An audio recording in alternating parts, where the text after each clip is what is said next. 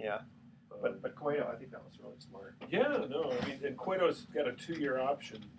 I mean, and here's the deal, since this is, theoretically, it doesn't show you can throw in a lot of these, Absolutely. the numbers. Oh, yeah. Yeah.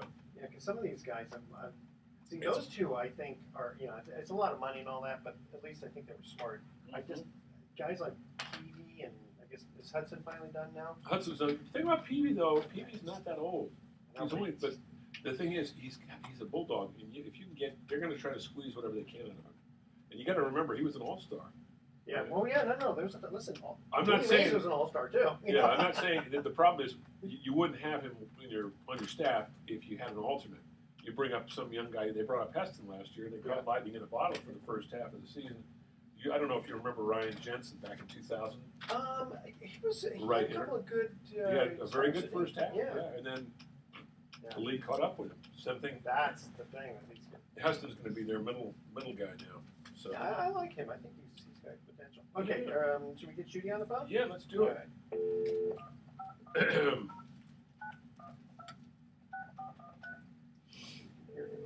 Yeah, oh yeah. Yep. Should be.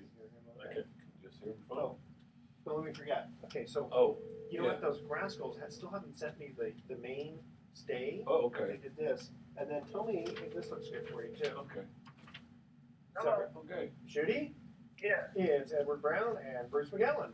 Hey, Shoot. How you guys doing? Good. Thanks so much for joining us. Yeah. Yeah, my pleasure. Okay. Now, we're going to record just a quick 2-minute intro, and then can you stay with us for about 3 segments and talk some? We'd love to just talk about the Mets and about all the free agent signings and your experiences and the usual. And Pete Rose not getting in the Hall of Yeah, Fame. that'd be a good thing to talk about. Okay. Yeah. All right. We'll cover a lot of territory. We'll let you do most of the talking. Okay. Let's go. All right, here we go. Welcome to Sports Econ 101. This is the show where we discuss sports topics from a business perspective. I'm your host, Edward Brown, along with my co-host, Bruce McGowan, longtime sports radio personality. And today's show is going to be extra special because who's our guest today? Well, a name that a lot of baseball fans recognize because it's one of the most distinctive names. We're going to ask him about how he got that nickname, by the way. Shooty Babbit, who is a longtime scout with the New York Mets, former player with the Oakland A's. Going to join us to talk about some hot stove league happenings in the major leagues. You sure it wasn't Shooty Rabbit? Because he was pretty fast, I remember. I'll tell you that he's got a great story about how he got this nickname. I think you'll enjoy it. Okay, sounds good. And at each commercial break, we're going to ask a trivia question, sports trivia question, where we're going to be giving away vacations to the first email with the correct answer. And the vacations are not sponsored by the radio station, but by Lighthouse Resort and Marina. And today's trivia theme, in honor of Pete Rose, I guess not getting in, is Baseball Hall of Fame. Now these questions are not as easy as you think. You think you know the Hall of Fame? Relatively well, because I'm just a history nut. I know you are. Yeah.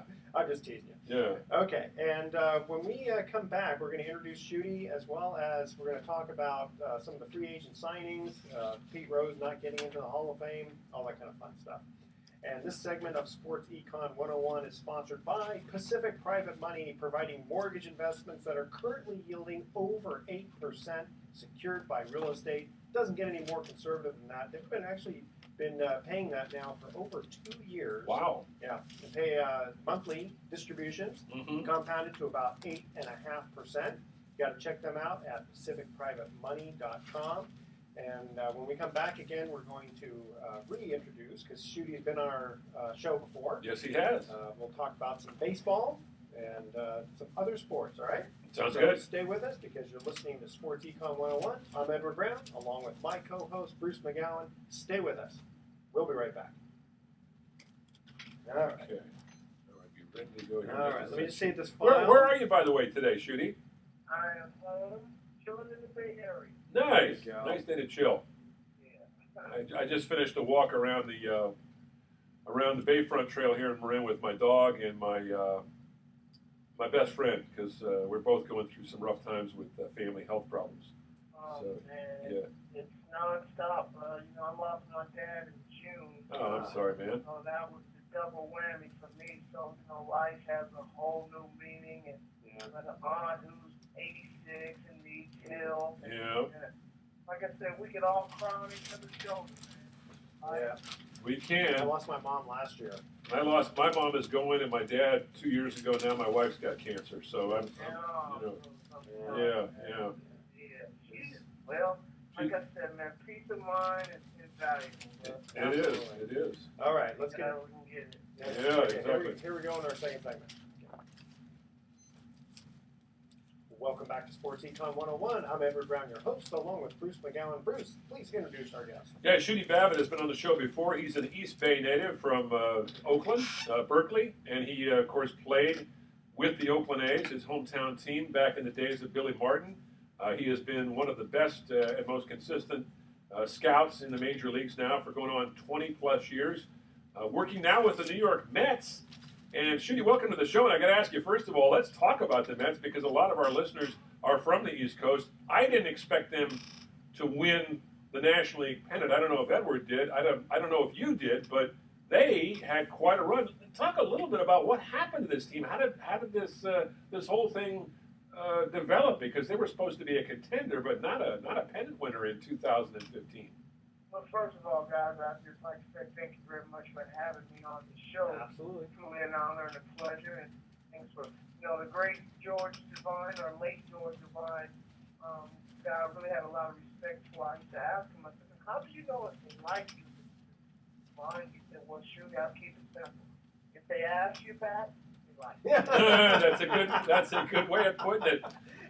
Sometimes though you have to be persistent. I remember going up to Warren Sapp once. You remember Warren Sapp? Yeah, sure. In the Raider locker room during practice? I put my hand on his shoulder. I said, "Hey, Warren, you got a minute?" He looks at my hand and he looks up at me with his death stare. And he says, "Don't ever put your hand on the man." and he's somebody you listen to. Yeah, I backed off, but he was it was all just posturing with Warren. He's a piece of work. Yeah, but hey, man, no, it was outstanding, and I just want to compliment the Mets organization for allowing me to be a part of such a great franchise. And we've got some starting pitching over there that really made names for themselves this year. Young power arms, dominant top of the rotation type guys, and they were able to do that at the major league level. And Yoenis Cespedes came and injected our team with the type of energy and offensive prowess and game-changing type skills that propelled us into being that type of contender in our division. And it was just a wonderful year. So many things, you can point to so many different things that happened that made our team turn the corner. Because when you have a magical year, it's just not one thing. There's just so many things that fall into place. And we just had a tremendous run. We just ran into a really, really good team in the Kansas City Royals in the finish. Hey, I got to ask you. I want to get more into baseball. Edward and I do, but before I would be remiss, you being an East Bay guy, not asking you about the Warriors. I mean, they had this incredible run, won 24 in a row. Right now, they're the toast of the NBA. I'm sure that you've sort of been keeping up with them on the side. How much have you been enjoying watching that? It depends on which way you're looking at it, Bruce. And I'll say it like this because thank God I had an opportunity to play at the highest level possible, and I understand how difficult it is to be good from the beginning to the end, and that normally will separate the best from the rest, those that can complete it. What the Warriors are doing right now early on in the season is incredible. I mean, to win the game, after winning a championship, we don't even talk about last year, because that would take up the show in itself. So what they're doing right now is incredible. But what does it all mean if the Warriors don't get to the second round, or if they don't get a chance to defend their title because they may have used a lot of early on in this run right here? It'll be interesting to see how they respond after that run, because I think the players said it best. One thing about us, along the lines, we've been getting better each game and playing together. Over this last course, we kind of forced it, and we have not been getting better. So you got a coach who never coached before, that's 24-1. You got a coach that won a championship that's sitting at home that can't coach and would love to do that more than anything in the world. So there's just so many elements, but that's what makes it so beautiful. We don't know. We'll get a chance to sit back and enjoy. But to answer your question in short, I have been enjoying every single moment. Well,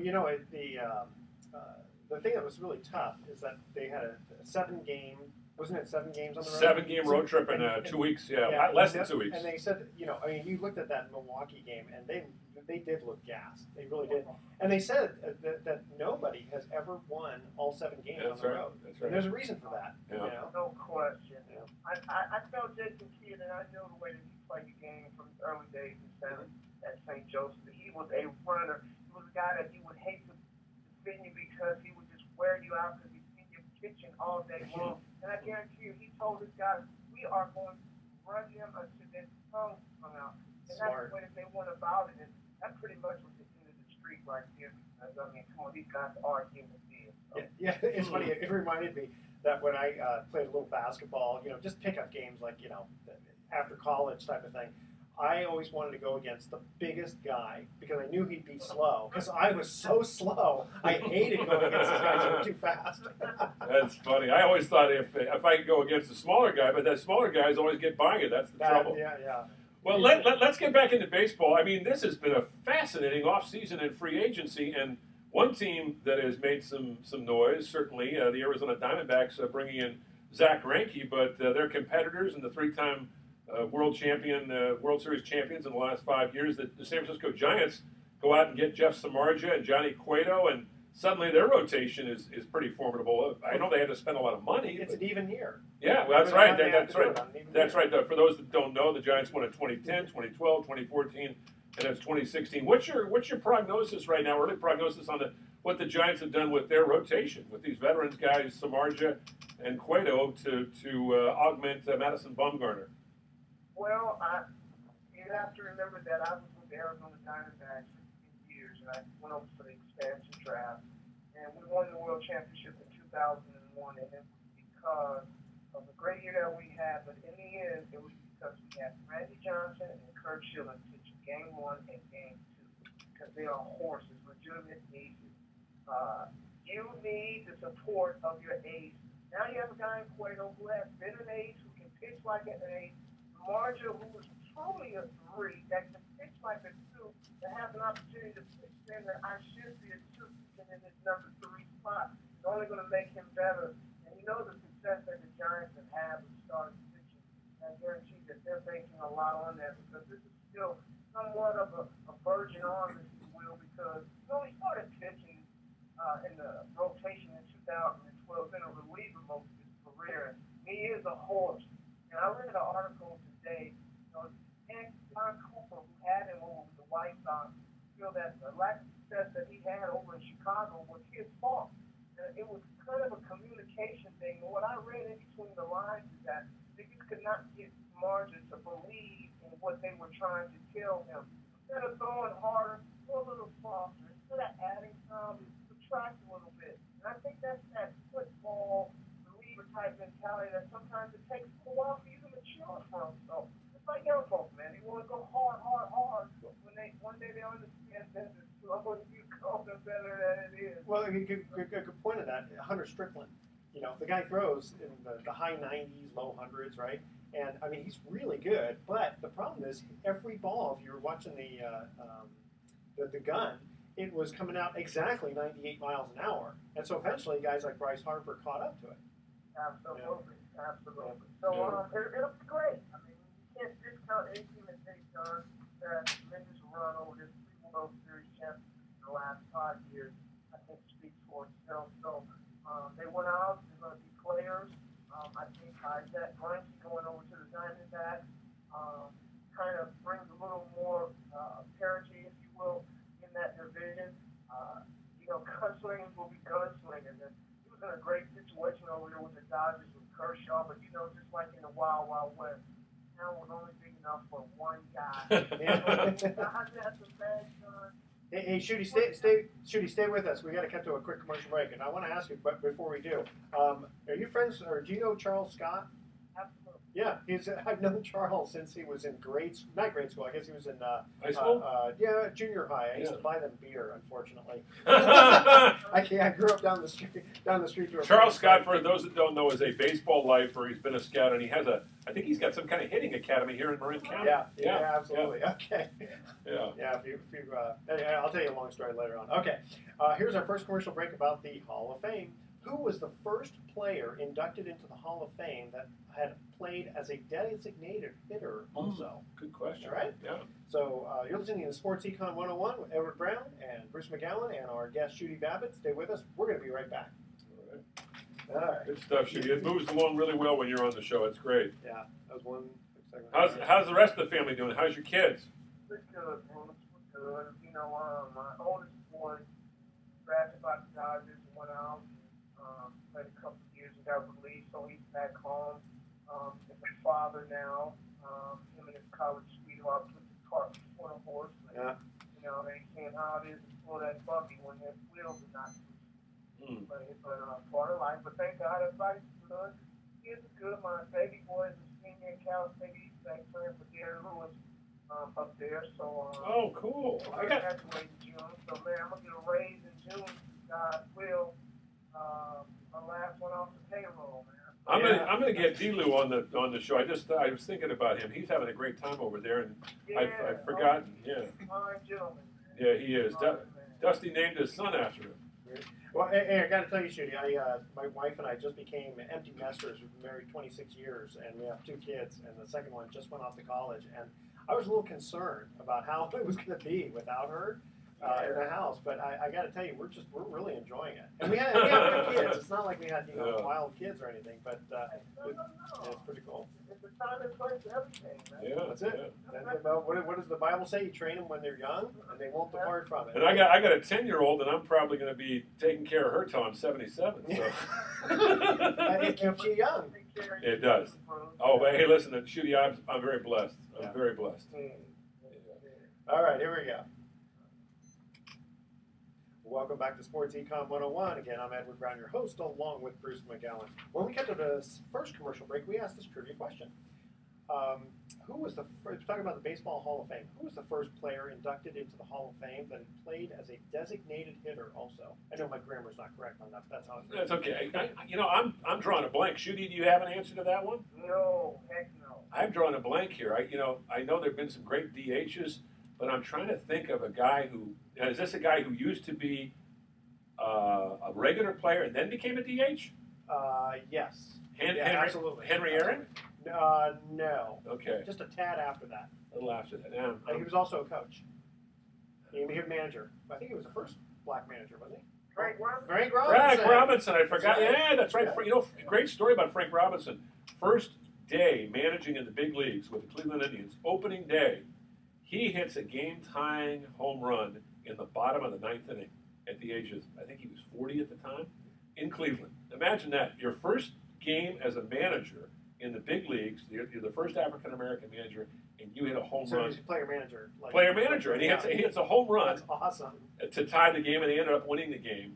One of the few bright moments in Cleveland Indian And history. it's funny because I always remember him as a Baltimore Oriole, but he had a great career with the Reds. Yeah, that was the worst trade. Shooty, you remember that trade, right? The Reds trading away Frank Robinson, and boy, what a mess that was the best thing the Baltimore Orioles ever did. Yeah, man. Yeah, and it's just amazing. We continue to scratch our heads by some of the deals that are made, but that was one of the bigger blunders. Sure. Well, I think Cespedes. I mean, I looked at that and I was, when Oakland got rid of him, I just, I love the New York Mets. I've always loved them since the '69, but, I looked at it and I said, what are they doing? And it tore the heart and soul of the team. Shooty, we hear a lot of stories about Cespedes, and I never saw anything negative about this guy. Maybe he's not, the true team player, but he's not a troublemaker.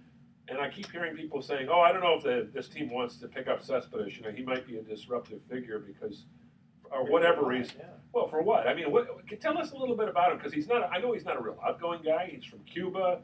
I mean, it's a tough cultural change, and he's had a meteoric rise. He's not Yasiel Puig. No, Puig's story is amazing too. Tell us a little bit about Yoenis Cespedes and what your impressions are of him, not just as a player, but from what you heard about him as a person.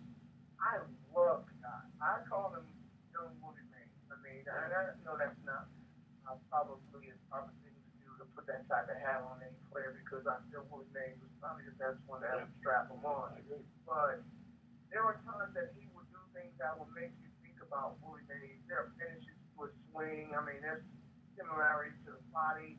There's just some tools, the throws, just some things that make you scratch your head and say, "Ooh," you know. And for me, the players that make you go, "Ooh," those are the guys that do the kind of things that's what it does. But spring training, Shooty Babbit had to tell him, "No. Spring training. I don't come to extra work at 5:30 in the morning." So the kind of guy Steph was the first one at the ballpark, last one. Loved the game. You know, no disrespect to Willie Mays, because I agree with you. I think he was always my favorite, and I think he was the best who ever played. But he didn't have the arm that Cespedes did. Now Cespedes made a not shoot. too much the strength is the throw. I mean, the timing of the throw. You know, Cespedes makes the throw down the line where threw the ball away at home plate against the Angels, threw it out. I remember Willie that. Mays made the great catch and made the throw at the same time and put it back into the infield. You know, monumental moment. You know what I mean? Yeah. So that's what I meant. But you're right. I mean, this dude is screwed up like the Max man here. I mean, they don't think any better than that. But yeah, Bruce, he's man. I don't know. I don't get it. You know, I guess quantitatively to the numbers guy because he didn't perform at certain times of the year because of the conditions or the circumstances or the meteoric rise in the air or something. I don't know. It's way above my head. Well, I don't know if he can play for my team. I tell you, it tore the heart and soul out of that team, and I know Billy Beane will never admit it, but he always, now he's trading guys before they even have started to hit their ceiling. And you mentioned the throw, and Edward was talking about it too against the Angels. I remember watching that on TV, and for those that don't remember this, Yoenis Cespedes took a ball in the outfield, I think about 350 feet away. Which he fumbled a couple of times. Yeah, which he fumbled a couple of times, and he threw it on a line, no, not on a bounce, but on the line to the. It was actually a high parabolic throw, and it was a perfect throw to the catcher and nailed the runner. I have never seen a throw like that. Yeah. In fact, you know, going back to the World Series a little bit, I definitely had to question some of the coaching. It's like, why is he playing center field when he? Wait, I'm trying to remember now. What does he usually? He usually plays left field, doesn't he? Yeah. Yeah. Because of his back, because of Conforto, we have some issues there. But I think the one thing that he disregarded that he shouldn't have is that that's what's playing hurt. Oh, really? I didn't know that. What was hurting with him? He had leg issues. He touched the ball that he tried to go. He thought it been over. The ball, he kicked into the gap for a double. And then after he ball off his knee, he should have done right. He should have never. He didn't even take a practice. The base loaded and nobody out, and he fouled that ball off his knee, and he could not even walk. I mean, because when he put it in play, he barely took 5 steps and he was out. That was a huge run in that game. So there's a lot of things he probably could have done differently, but at the end of the day, I mean, he would have had to have one of those fantastic performances like he had to get us to the playoffs in order for us to have a chance. But I don't know, man. Well, it's hard to play, sustain that level of play the whole year. I'll tell you something. You're going to have a tough time, though, with the Washington Nationals now that Dusty Baker has arrived. I know that they haven't changed dramatically their personnel, but Baker brings an intangible quality to a team that you saw it in San Francisco. You saw it in Chicago with the Cubs, the Reds. He hasn't taken a team all the way to the World Series championship, but the players just love playing for this guy. I mean, he is almost like a brother in arms. No question. And I'm going to say a key player who I was hoping that we would acquire last year when we were trying to get a second baseman that might be a player, Brandon Phillips from Cincinnati. I mean, this is a guy who can be anywhere from 1 to 4 in the lineup, played for Dusty in Cincinnati. Dusty loved him.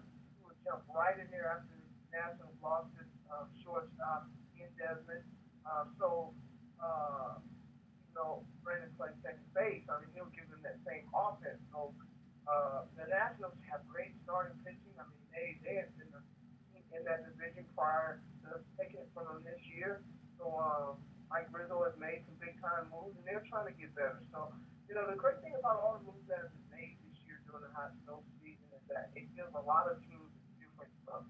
And that's what's great about it, because now you have some anticipation, you have hope, the change has been made, and now the season's all coming together. So I'm looking forward to 2016. but right now I'm looking forward to my next month and a half, 2 months off of just skipping and fussing and doing dudes and, you know, whatever the sun allows me to do each morning when the good Lord let me open my eyes. I like that. I like the honeydew thing too. I know what that's all about. I think all us married guys do, and nothing wrong with that. I think the wives sometimes they drive us crazy, but they keep us sane at the same time in a weird sort of a way. Okay, so I got to take this is on a personal note, right? So I used to belong to this Bible study where we would have home group was married couples, Right. and it would be 1 week it would be everybody together, then 1 week it would be just men, then 1 week it would be just women, and then back to everyone together, right? So when all the guys were together, we talked about how can we serve our wives better, right? Right. I find out later on when the women got together, they talk about how can the men serve them better. Oh, where is that in the Bible? On First Opinions. Oh my You know? goodness! How long have you been married, Shooty? How many years have you been married? 30? Holy smokes! I'm gonna catch up to you. I'm 26 right now. 3 kids, 3 kids, 2 grandkids, man. Wow! Wow! See, we have 2 kids, and I knew at 2 kids we were already outnumbered. That's why we had to cut it off. And whenever I see Shooty, and I know this makes him feel better, I'm always reminded of the fact that I was about 28, I think, when Shooty broke into the major leagues and had his 1 year of glory with the Oakland A's with Billy Martin, and you were just a young man, and that was 30. It blows me away. That was 35 years ago. Unbelievable. 34 years ago, yeah. Look here, man. That's why my dad, one of the many things that he told me that I'll never forget, but one thing he always said to me, he said, son, the worst thing that a man can do to you is waste his time. Yeah, absolutely. Because he can't pay you back. Yeah. You know what I mean? Oh, boy. No matter what you do, you cannot give me my time back. So we're at the age now, he's happening around us, to us, with us, and we have to understand that we have to value our good time here, man. Absolutely. No, brother. Hey, Shooty, stay with us. We got to cut to another commercial break. And you know, it reminded me. I told Billy Bean, right? I said, hey, Billy, if you need another pitcher, keep me in mind because I can throw in the high 60s. You know? I think I can throw in the high 60s. Every speed would be off speed. Yeah. All right, here's our second. Another junk ball artist. That's it. Yeah, there you go. Yeah. Oh yeah, I can throw junk like anybody. Yeah. Okay, they're all junk. Okay, who was the first player inducted into the Hall of Fame as a catcher? Okay. All right. Now I'm going to give you a hint because you got to go back in time. You're right. Okay. That's good. It's not going to be Yogi Berra. No, I know right? that. Okay. I know that. You got to go back a little further. A little than that. further. All right. Okay. So again, here's our trivia question: who was the first player inducted into the Baseball Hall of Fame as a catcher? And let's see, the first caller, or excuse me, the first email with the correct answer is going to win a free 3-day 2-night stay at the Lighthouse Resort. And email edward@sportsecon101.com that question. Stay with us. When we come back, we're going to give you the answer. Shooty's still with us. All right. Good stuff, Shooty. Hey, is that Lighthouse Resort the place where it has that, like a boat out that joint you stay there overnight? Yeah. Oh, okay. Yeah. Don't tell anybody, but I own it. No kidding. Yeah. It's beautiful. I Yeah. always pass by there. And my friends told me what it was, and I always wondered what that would be like. Well, yeah. Well, let me know. We'll put you up in a cabin. Wow, that's beautiful. Sure. Man, that's outstanding. I'm just always intrigued by that stuff. Yeah, we're It's- constantly improving it. It's fun. That one thing I love about living in the Bay Area, I have a buddy of mine, my best friend that I grew up with. He's a big. He used to be a hunter, and he loved to hunt birds, and he loves to study birds now. So we go to this bird sanctuary, which is actually wastewater ponds, where treated wastewater is turned into these ponds. You wouldn't want to swim in it, you wouldn't want to drink it, but it's okay for the birds. And Shooty, there must be 40 or 50 different types of birds: herons, egrets, hawks, ducks, pelicans. Yeah, it's great, and it's on the bay, and it's just wonderful. I just spent an hour and a half, 2 hours there with him and my dog, and both of us commiserating about our cancer situations, and it really cleared out some garbage out of our brains. Well, I can tell you what a hunter I am not. I'm driving to the lighthouse one time, and I look on the side, and there's a sign that says duck blinds for rent. Right. And I'm thinking, who wants to rent blinds and you like, I'm thinking shutters in your house. Oh, yeah. I had no Okay. idea what a duck You're a little blind was. confused there, yeah. Yeah. Yeah. Well, that's a duck blind. I didn't Yeah, understand. yeah, Okay, now I do. Now you do. But yeah, Shooty, you know how to get a hold of me, don't you? Oh yeah, I'll make sure I get. Yeah, especially during unless you want to go fishing during the wintertime, which is really good. Generally, the summertime will give you a little bit better. Bring the family up. Well, before we go, Edward, give him your number though, just to make sure he has it, because I don't know if I passed it along or if our emails or text messages, if it fell through the cracks or whatever. So make sure. Okay, you have a pen and paper? I do right now. Okay. Edward Brown. So put down the Lighthouse Resort and Sports Econ 101, whatever you want. 415-299-0330. 299-0330. Okay. And that's a 415 area code. Yeah. Oh, that's beautiful. Yeah, definitely take me up on that. Yeah. Yeah. Okay, let's get into our next segment here. Here we go. Yeah. Welcome back to Sports Econ 101. Edward Brown here along with Bruce McGowan. Second trivia question. Who was the first player inducted into the Hall of Fame as a catcher? I'm going to guess Mickey Cochran or Al Simmons. You got to go back further than that. Roger Bresnahan. I'm trying to remember how far back he was. He was around the turn of the century with the I think Giants. just a little before then. Even back in Buck. No. Yes. Buck Ewing. Buck Ewing. There we go. Okay, There you that's go. back in the 19th century. Yeah. Whew, that's a long. That's Shooty's time. Oh my goodness! Hey, we were talking about family and about wives and everything. Before we get back into baseball, you have one of the most unusual names. Babbit is not a typical name. I always think of there's a famous book that Sinclair Lewis wrote called Babbit that was written about a guy who was this going back into the 1920s. But Shooty is an unusual name. Your first name. How did you get this? Because your real name is Mac, but how did you get the nickname Shooty? Tell us that story. Not by the way most people would think. I mean, somebody always talking about what you shoot, Shooty, what shooter, shoot Adam, shoot this. But it had nothing to do with that. Don Barksdale, former NBA guy, one of the first African American disc jockeys in the Bay Area, opening used to be somewhat on the radio. He would come on, hey, Shooty, Rudy, Shooty. And my dad would listen to that, and he would come home and say that to me when I was a baby, and the next thing you know, I was stuck with Shooty. He probably saw the smile on your face, though, too, didn't he? Absolutely. Yeah. Shooty, Tooty, Rudy. I love it. Well, the good thing about it is it's unusual enough that you can't forget it. Yeah, definitely. Well, it's been very good. It's been a good name for you. I should mention that Shooty also does some work for the local TV for Comcast Sportsnet California during the A's broadcast. You're on the road a lot of times scouting, but you do a fair number of post-game studio appearances. What is going on with that Oakland A's ball club? Because it's a very unusual situation there, unlike any other team in baseball. I know that they want to get a new stadium, and that's holding the whole thing up, and they're not getting a new stadium, and they're stuck in Oakland, and it's, their fans are so patient. I mean, is there any hope for this franchise in the near future? Is it going to continue to be sort of like, a minor league system for the rest of the major leagues?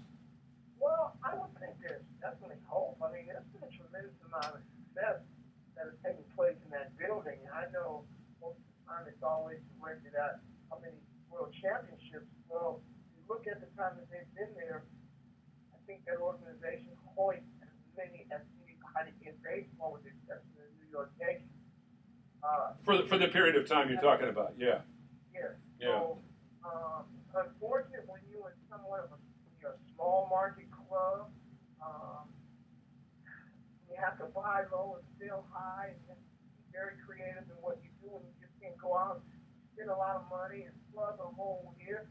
I think you have to give that organization, the people that have been running it, a tremendous amount of credit for what they have been able to do. Now, there's some room for some criticism. There's this thing that has not been so much the favorite thing among critics, myself probably included.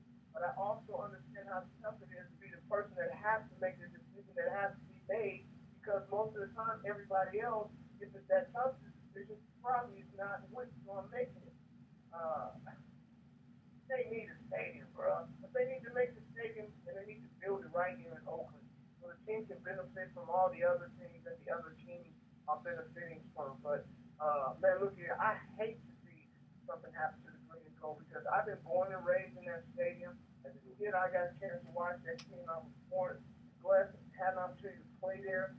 So there's a lot that goes on there that's going to be a part of me for the rest of my life. But it's just tough, man. I mean, Weren't they talking about going to Fremont? Wasn't that one of the? well, they talked about San Jose, they talked about Fremont.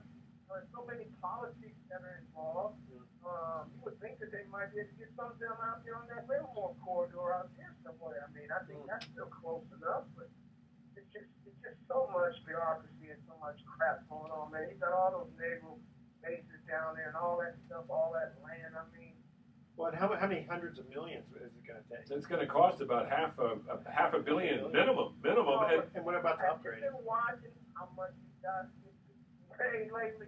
Yeah, I know. It's crazy. I was going to ask you about that. I mean, cartoon-like salaries. I mean, no, really, seriously. I mean, look at what the Giants are shelling out for Bumgarner, Cueto, Samardzija, Matt Cain, and Jake Peavy. I think it's something like $160 million or something like that. Per year? The game is doing well. But the game's doing well, yeah. Okay, the game is doing well. So, and the people that are running it are doing very good. So, they just have to find a way to come together to get this thing built. And I think everything will be great. It's funny, though, we talk about that, and at the same time, the team across the bay, the Giants, for years, Shooty, you remember back in the 70s and in the 80s, they could not get a stadium built. They were out of here in 76 to Toronto. Then they, last minute, Bob Lurie bought them. They were out of here in 1992 to Tampa. At the last minute, the Peter McGowan Group bought them. I mean, and they built that stadium, and that stadium has become one of the crown jewels of baseball. Yeah. Well, I'm not one of these experts on all of this litigation stuff, but I did hear that there was a territory thing that was agreed upon over a handshake between the A's and the Giants. Put them in a similar situation, but now that it's in the A's court, some different stipulation up in there. So, No, that's very true what Shooty's talking about. It's the Giants, when they were trying to get a stadium in San Francisco, they decided to go to San Jose, or try to, and the A's said, we will, because that's sort of neutral territory, we'll let you have that territory. The Haas family, which is, a really classy group of people that owned the A's at the time, told Bob Lurie, you can have that territory. Now the Giants are claiming, because they don't want the A's to move to San Jose, which is the heart of Silicon Valley and one of the most heavily populated areas. That's our territory. You can't have it. So it's kind of crazy. They were playing Levi Stadium.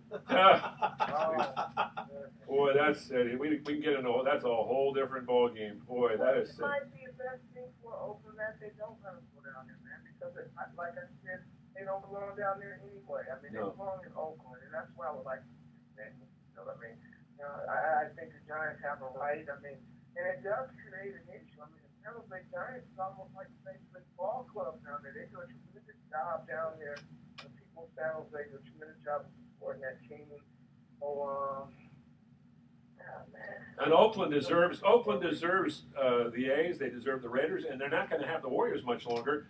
But a lot of our listeners may not know this. From 1972 to 1976, there was a champion in each of the three sports. 5 championships altogether, 3 by the A's, 1 by the Warriors, 1 by the Raiders. In that period of time, 1972 to 1976, they called it one of the golden ages of sport in the East Bay. And now, they're on, I don't think they're going to lose all 3, but they're going to lose the Warriors, and they may lose the Raiders. I don't think they'll lose them next year, but it'll be pretty soon if they don't get their act together and build them a stadium too. It's sad. What's kind of strange is that you look at like the Yankees, right? And when they get in the World Series, everybody seems to pay attention. If Oakland makes it to the World Series, I think people do the media are kind of going, no, we don't want to miss. Simple mathematics. I mean, New York is the largest market. Oakland, and Shooty was talking about this. It's a small market in the sense that there are not as many people living in Oakland and Berkeley, and there's not enough corporate money there compared to San Francisco, but it's part of the Bay Area, which is the 5th largest market in the country. So the A's owners ought to stop using that excuse, we're a small market team, because the Haas family back in the 1980s, after they bought the team from Charlie Finley, they had 35,000 people in that ballpark every single night. When 35,000 people was a lot, and they had some great teams. They won a World's Championship and 3 pennants in a row. Yeah. And Bruce, that was coming back from after they were getting like 5, and then they were getting 5,000 a night. Yeah. My God, yeah.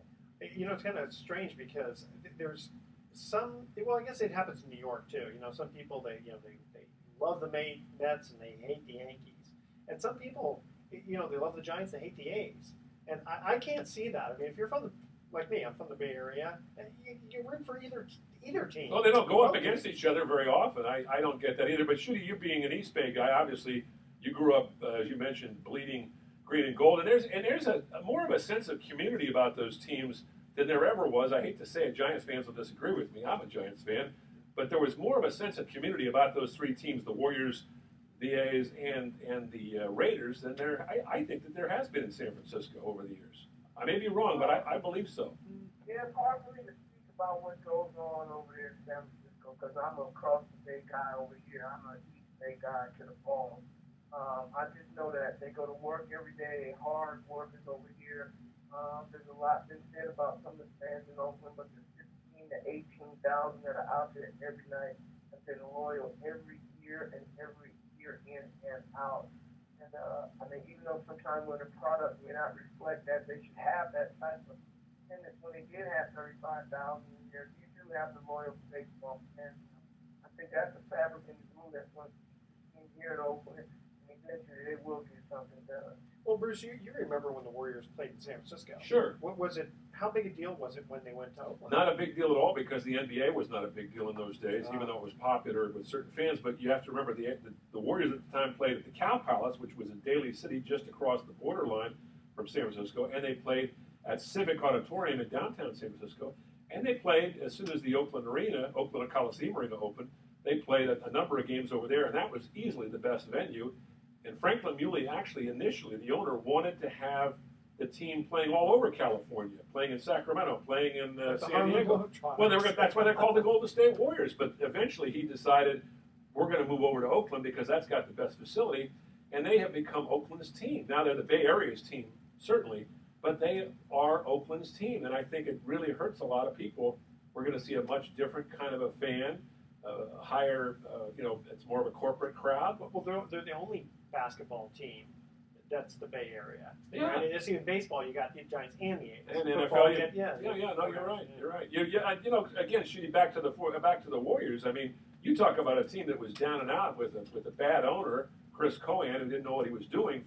He knew how to market the team, but he didn't know how to pick coaches and general managers for the better part of 18 years. And all of a sudden, you bring in new owners. You bring in Mark Jackson, then you bring in Steve Kerr, and you got Steph Curry, and you got Klay Thompson, and Harrison Barnes, and so on and so forth. And all of a sudden, the magic begins. That's the great thing of sports, isn't it?